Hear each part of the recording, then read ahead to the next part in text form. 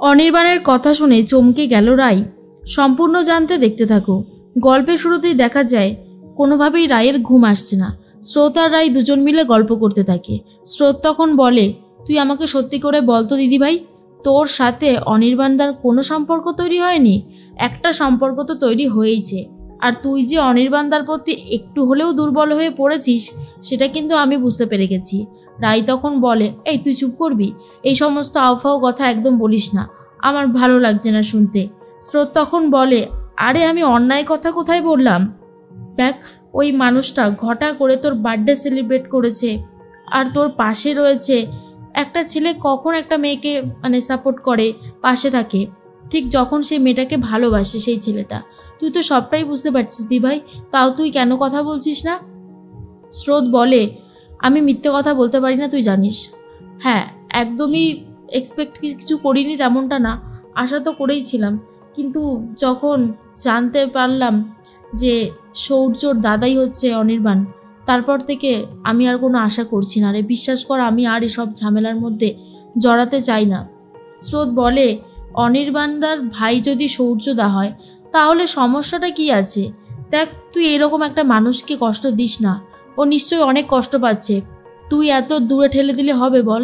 তখন রাই বলে, তুই তো বড্ড পেকেছিস। হ্যাঁ, তুই তখন থেকে আমার সাথে এইসব ব্যাপারে কথা বলছিস। তখনই স্রোত বলে, না রে দিদিভাই, আমি শুধু বোঝার চেষ্টা করছি। অনির্বাণদার সত্যি হয়তো খারাপ লাগছে, তুই এরকমটা করিস না, তুই ওনাকে অ্যাকসেপ্ট কর, দেখবি হয়তো ভালোই হবে। মানুষটা তো খারাপ না, ইনফ্যাক্ট তুই তো ওনার সাথে এতগুলো দিন কাটাচ্ছিস, অফিসের বস বলে কথা। রাই ভাবে, সত্যি মানুষটা খারাপ না, মানুষটা ভালো, কিন্তু তাই বলে সৌর্যর দাদাকে এসব ভাবাটা কি ঠিক হচ্ছে? সকাল হতেই খেতে দিয়ে দিচ্ছে শর্মী অনির্বাণকে, আর তখনই অনির্বাণ বলে, কিরে তোর বর মন্দার কোথায়? শর্মী তখন বলে, ও তো কাজে বেরিয়ে গেছে সকাল সকাল। শোন না কুট্টিদা, বলছিলাম কালকে ওরকমভাবে ডোরা বৌদি আর টিকলুদা আসলো, তোকে কি কথা বলছিল? অনির্বাণ বলে, তুইও তো সামনে ছিলিস, কি কথা বলছিল তুই জানিস না? শর্মী তখন বলে, সবটাই জানি, কিন্তু তুই এইসব ব্যাপারগুলোতে কান দিস না, বুঝলি তো কুট্টিদা? আরে বলা তো যায় না, হয়তো ভাঙচি দিচ্ছে, এখন তো কেউ কারোর ভালো চায় না। তখন অনির্বাণ বলে, একটা কথা তো সত্যি, এই পৃথিবীতে আমার সাথে হয়তো পজিটিভ কিছু হবে না, যতবারই যাই হোক না কেন নেগেটিভই হয়তো কিছু হবে, সেটা আমি খুব ভালো মতন বুঝতে পারছি। তখন শর্মী বলে, তুই শুধু শুধু এসব নিয়ে চিন্তা করছিস। আরে বাবা, সব ঠিক হয়ে যাবে। দেখ, সব থেকে বড় কথা যে রাই খুব ভালো মেয়ে, আর ওর চোখের দিকে তাকালেই বোঝা যায় ও কতটা ভালো। অনির্বাণ বলে, সেটাই তো মুশকিল, আমিও তো বুঝতে পারছি না, একটা সম্পর্ক তো জানতাম, এখন তো আরও অনেক কিছু জানতে পারছি, তাই খুব কনফিউজড লাগছে। শর্মী বলে, এত কনফিউশনে পড়ার কিছু হয়নি, রাই খুব ভালো মেয়ে, তুই ওকেই বিয়ে করবি, দেখবি তুই সুখী হবি, ওই মেয়েটা সত্যিই খুব ভালো। কিন্তু অনির্বাণ টিকলুদা আর ডোরা বৌদির কথাটাকেও যেন ফেলে দিতে পারে না। ওরা এসে যেই কথাগুলো বলেছিল সেগুলোই অনির্বাণ ভাবতে থাকে। এর মধ্যেই সকাল হয়ে গেছে তো, আর তখনই রাই রেডি হয়ে গেছে অফিসে বেরোবে বলে। নীলু এসে তখন বলে, কিরে তুই আমাকে বলতো, তুই কালকে বাইরে ঘুমিয়েছিলিস কেন? উত্তরটা দে, চুপ করে আছিস কেন? আর তখনই রাই বলে, আমার ভালো লাগছিল না, গরম লাগছিল, তাই বাইরে ঘুমিয়েছিলাম। নীলু তখন বলে, ও তার মানে তুই এটাই বোঝাতে চাইছিস যে আমি এখানে আসায় ভিড় বেড়ে গেছে, তাই তো, তাই তুই গরম থেকে মুক্তি পেতে বাইরে গেছিলিস।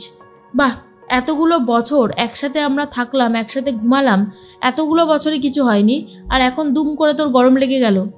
তখনই স্রোত বলে, আচ্ছা যদি ওর গরমও লাগে, তুই বা এত আপত্তি করছিস কেন মেজদি ভাই? তখন নীলু বলে, এই তুই বর্দি ভাইয়ের সম্পর্কে কিছু বলতে গেলে এরকম তেলে বেগুনে জ্বলে উঠিস কেন রে? স্রোত বলে, আমার গায়ে লাগে, কারণ তুই একজন নিরপরাধ মানুষকে এইভাবে কথা শোনাতে পারিস না, তোর কোনো অধিকার নেই, বুঝেছিস? তখন নীলু বলে, অবশ্যই আছে, আমি যেই কথাটা বলতে চাই সেটা আমি খুব ভালো মতনই জানি, সত্যি কথা সেটা। স্রোত বলে, তোর সত্যি না হয় তুই তোর কাছেই রাখ, আমার দিদিভাইকে জ্বালাতে আসিস না। আর দেখ, তোর সাথে দিদিভাই বিয়ে দিয়েছিল সৌর্যদা ঠিকই, কিন্তু তোর সাথে বিয়েটা জোর করে তো আর দেয়নি, তুই রাজি ছিলিস বলেই দিতে পেরেছিল।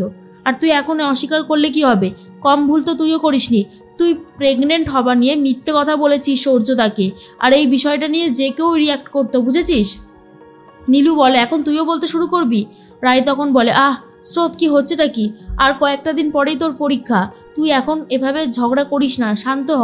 নীলু তখন বলে, বাবা এতটা সেজেছিস, চোখে কাজল পরেছিস, লিপস্টিক দিয়েছিস, ব্যাপার স্যাপার কি? অনির্বাণ দাকে বুঝি কনভিন্স করতে যাচ্ছিস?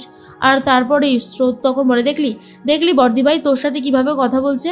রায় তখন বলে, নীলু সমস্ত মাত্রা ছাড়িয়ে যাস না, বুঝেছিস তো?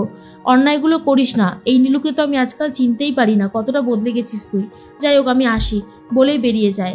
স্রোতকে তখন বলে নীলু, শোন, আমি আর বর্দিভাই যখন কথা বলবো না, মাঝখানে তুই ঢুকে ফোকর দালালি করবি না, বুঝেছিস? কথাটা মনে রাখিস। এর মধ্যেই বৌমণি চলে এসেছে আর বলে, স্রোত রায় তো বেরিয়ে গেল, আমাকে একটু আদা রসুন এনে দেবে, রান্নাতে লাগবে। স্রোত তখন বলে, হ্যাঁ পয়সা দাও, এনে দিচ্ছি। এরপর টাকা নিয়ে বেরিয়ে যায়। বৌমণিকে পেয়ে নীলু জিজ্ঞেস করে, শোনো বৌমণি, তোমার বড় ননদের কি খবর গো? ও কি সত্যি অনির্বাণকে ভালোবেসে ফেলেছে? তখনই বৌমণি বলে, দেখো সেটা তো আমি বলতে পারবো না, তবে হ্যাঁ আমি শুনেছি ওরা দুজনে কফি শপে বসে নিজেদের রায়ের বার্থডে সেলিব্রেট করেছিল ওই অনির্বাণ। সেই দেখে যদি অনেকেই বলে ওরা দুজন গার্লফ্রেন্ড বয়ফ্রেন্ড, সেটা আমি বলতে পারবো না। নীলুর মনে মনে ভাবে কিছু তো একটা গন্ডগোল আছেই। তবে এই অনির্বাণের সাথে আমি আমার দিদিভাইকে কিছুতেই সুখে থাকতে দেব না। আমি যখন সুখে থাকতে পারিনি তখন ওকেও আমি সুখে থাকতে দেব না, কিছুতেই না। কিছু তো আমাকে একটা করতেই হবে। এর মধ্যেই স্রোত বাজার থেকে পেঁয়াজ রসুন কিনে বাড়ি যাচ্ছিল। ঠিক তখনই সার্থকের বাবা রাস্তায় দাঁড় করায় আর বলে, কি ব্যাপার, কখন থেকে ডাকছি শুনতে পারছো না? স্রোত বলে, বাবা স্যার আমি একদমই খেয়াল করিনি, আসলে আমি তো এসেছিলাম এই যে আমাদের বাড়ি পাশেই বাজার থেকে এই দুটো জিনিস নেওয়ার জন্য এসেছিলাম। আপনার কি ছুটি? তখনই স্যার বলে, হ্যাঁ আমার তো ছুটি। স্রোত বলে, কি সুন্দর, আপনাদের যখন তখন ছুটি নেওয়া যায়। আর স্রোতের কথা শুনে সার্থক স্যারের বাবা বলে, সে তো তুমিও একদিন নিতে পারবে। স্রোত বলে, সে এখনও অনেক দেরি আছে। এরপর সার্থক স্যারের বাবা নিজের বাড়িতে ইনভাইট করে দুপুরে স্রোতকে খাবার জন্য। স্রোত বলে, ওরে বাবারে, আপনাদের বাড়িতে গেলেই তো সার্থক স্যার আমার ওপর রাগারাগি করা শুরু করে দেবে। তখন স্যার বলে, আরে কিচ্ছু করবে না, তুমি এসোই না। স্রোত বলে, আচ্ছা ঠিক আছে, দুপুরবেলায় যাব বলেই বাড়ির দিকে রওনা দেয়। আর অন্যদিকে দেখা যায় রায় তো অফিসে চলে গেছে। রায় অফিসে গিয়ে কিছু ফাইল অনির্বাণের ঘরে নিয়ে যাবে বলে পারমিশন চায়। আর অনির্বাণ অনেকক্ষণ পর পারমিশন দেয় আর বলে, আসুন ফাইলগুলো ওখানে রেখে দিন, আমি পরে দেখে নেব। রায় তখন বলে, ঠিক আছে স্যার। এরপর অনির্বাণ বলে, কি হলো, আপনি দাঁড়িয়ে আছেন, যান গিয়ে বাকি কাজ করুন। এটা শোনার পর রায় চমকে যায় আর বলে, যে মানুষটা আমাকে এতটা সাহস জোগালো, যে মানুষটা আমার পাশে থাকবে বললো, সেই মানুষটার ব্যবহারটা কেমন যেন অন্যরকমের লাগছে। অনির্বাণ মনে মনে ভাবে, আমি জানি রাই, আমাকে মেনে নিতে এই অনির্বাণকে মেনে নিতে তোমার প্রবলেম হচ্ছে, কিন্তু ডোরা বৌদি আর টিকলুদার কথা শুনে না আমার সব কিছু গুলিয়ে গেছে। আমি বারবার কনফিউজড হয়ে যাচ্ছি যে সত্যি কি তুমি সূর্যকে ভালোবেসেছিলে? আর যদি সূর্যকে ভালোবাসতে এভাবে ছেড়ে দিলে কি করে ছেড়ে দিতে পারলে? আমি কেন এইসব কথা ভাবছি? আমার মাথার যে কি প্রেশার চলছে সেটা আমি শুধু জানি। কিন্তু রাই, আমি তোমাকে ভালোবাসি। এত কিছুর মধ্যেও এটা একদম সত্যি কথা যে আমি তোমাকে ভীষণ ভালোবাসি।